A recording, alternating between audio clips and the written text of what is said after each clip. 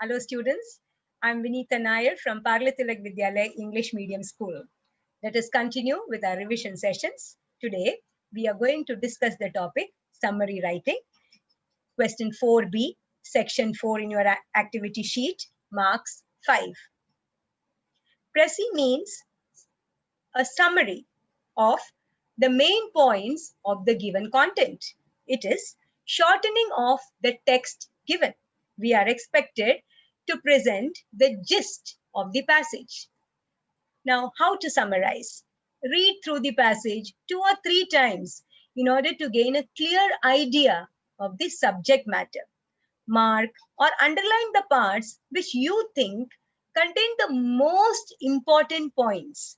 Then prepare a skeleton or outline summary containing all the points that you have thus noted.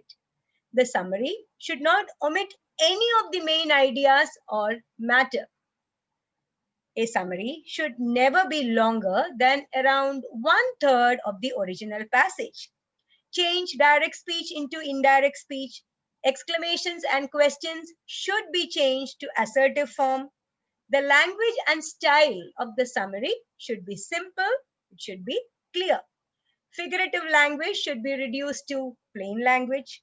Complex constructions should be turned into simple ones. Lastly, the summary should be a single continuous passage in your own words. Head the summary with a title which indicates briefly and clearly the subject of the passage. Moving on, what are the important points which you should remember while preparing a summary? First and foremost, read and comprehend, that is, understand the text carefully. Understand the purpose of writing. Why is this passage written? Mark the information as I told you, which is very important or relevant. Mark those points. Zero down on the key points, the main points around which the passage revolves. Change the style of conveying the idea. Rephrase the sentences and write in your own words. Avoid using the words given in the original passage. You may use synonyms instead. Complete sentences are expected. The last sentence, if possible, should provide a gist of what you have summarized. And finally, revise and review the summary which you have prepared. Towards developing mastery in summary writing, never exceed the word limit. Always remember 1/3 of the original passage. As I told you, don't lose track of the central idea, the central theme of the topic. Don't skip any important fact, related to the topic which I mentioned. Use link words to connect the sentences. You may use conjunctions here. Avoid grammatical mistakes. Avoid repetition of ideas. Learn synonyms. It will come handy while summarizing.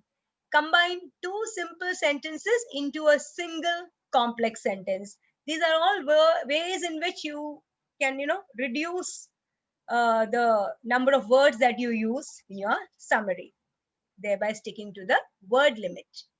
Important points to remember: always provide a suitable title. Central idea or the theme should be clear when we read your summary. Use of appropriate language is very important. It should be conveyed in your own words without missing out any key points mentioned. Copying same sentences from the passage given should be avoided. Please remember, you will not get any marks for copying the passage given as it is. Avoid your own opinions, views, or comments into a summary. A summary should have only the ideas included in the original text. Don't add any views or perspectives from your side. It is not allowed. Now let us begin with a beautiful story. Let us summarize this story.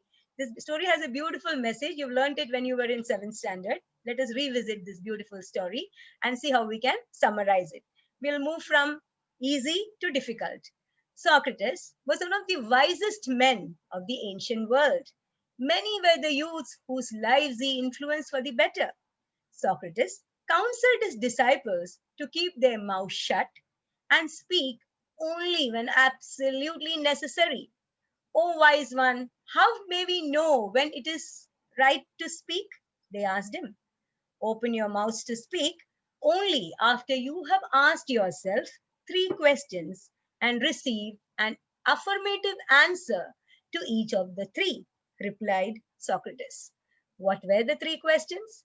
The first question we must ask ourselves before we speak is it true?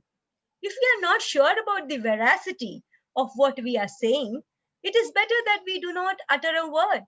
When we utter words carelessly, we ourselves become transmitters of untruth.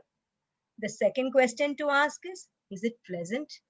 Many are empty remarks and vain statements that people make in idleness to hurt others. It is better that these unpleasant words remain unspoken.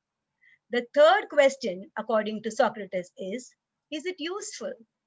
Is our statement going to benefit the listener? Will our words bring comfort to someone? Are we likely to help someone with what we say? Only in that case should we go ahead and speak. Now let us see how we can summarize this beautiful story. So I have given a beautiful heading, Speak Wisely. It sums up the entire story. Wise Socrates, who influenced the lives of many youth during the ancient times, advised his disciples to avoid speaking unnecessarily. He told them that the right time to speak was only when they got positive responses to three questions. The first question was whether what was being spoken was a verified truth. This was to avoid careless lies. The second was whether it was pleasant, as it was better to let unpleasant words be. The final question was whether what was being uttered was beneficial, comforting, or helpful. If the answers were in affirmative, they could speak according to Socrates. So, as you can see here, the entire story is summarized here with a heading. What did we do? We provided a suitable title to the story. The central idea we expressed very clearly through the summary. Appropriate language we used. It was all conveyed in our own words, but we did not miss out any important point. We did not copy the same sentence from the story. We did not include our own opinions, our views, or comments on the topic. And only the ideas expressed. What have we done? We have expressed it briefly, 1/3 of the original passage. So this is how we summarize. It looks easy on paper, but you will be able to master it with regular practice. Moving on. Now let us see another passage. It is a big passage. As you can see, whatever is in black is the original passage. So what I have done, I have divided the passage into two paragraphs. I will first, summarize one part, a chunk of it. Then I will go to the rest. And then finally, what will I do? I'll put it all together with a beautiful heading. Let us explore. Now this again has a very good piece of advice for us. Read the passage and write the summary of the same in one paragraph. Time is the most valuable resource available to every individual. Time is a resource which can be measured quantitatively, but its nature is unclear. Time is a fleeting, limited, and intangible human resource which is always calculated and used accordingly. The time of the day is shown on a clock or announced on the media like radio, television, etc. They constantly guide us in carrying out our daily activities to distribute a time for work, rest, entertainment, and even check our progress during the day. The secret of time management lies in successfully identifying and eliminating time-wasting activities with effective and efficient utilization of time. In order to be a good time manager, grab the time, utilize it properly, and invest it into productive work. All right, so we have read this paragraph now. We have understood what it is trying to convey. So now let us get down to business. That is, let us get down to summarizing. For each one of us, time is of great value. Though it can be measured, there is no clarity in its features. Time is transient and using it wisely is important. We ascertain time of the day from various sources which help us to put it to good use. We should reflect on the futile activities we spend time on and use that time for constructive purposes.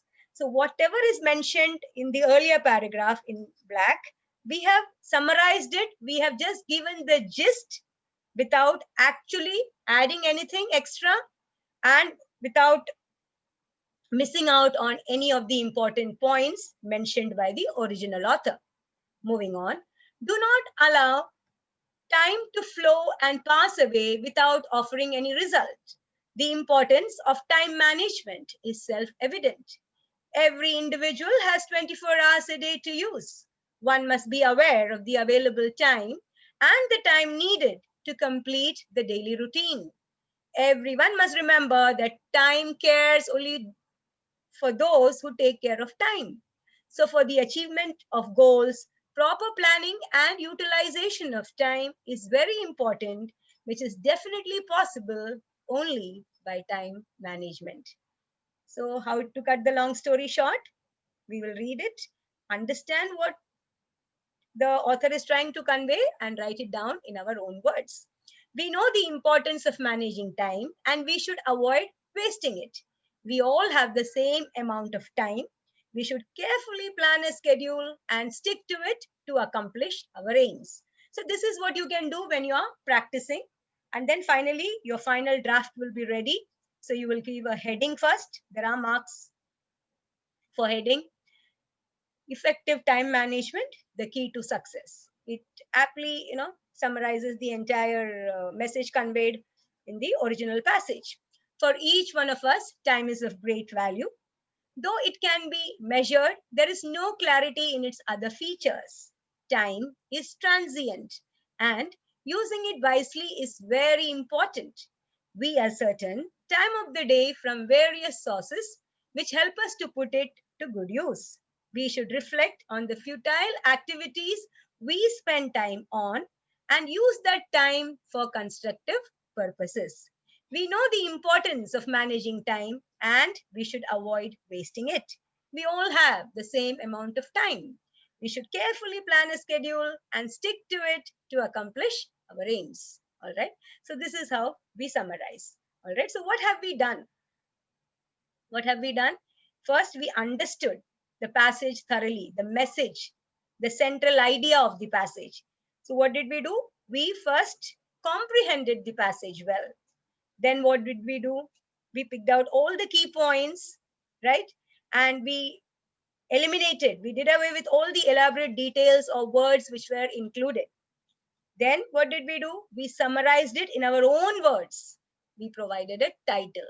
And it is always important to go back and check your work for spelling mistakes, grammatical errors. All right. Is there any kind of repetition which has occurred? There are so many mistakes which may creep in while we are summarizing. So it is always better to edit your work before submission. That is again very, very important. So what have we done when we summarized these two paragraphs? We tried to explain it simply. How beautiful are the words of Albert Einstein. If you can't explain it simply, you don't understand it well enough. This beautifully sums up, what summary writing is all about. It is about reading the passage which is given and understanding it and explaining it in a simple manner in your own words. On this note, I take your leave. Thank you.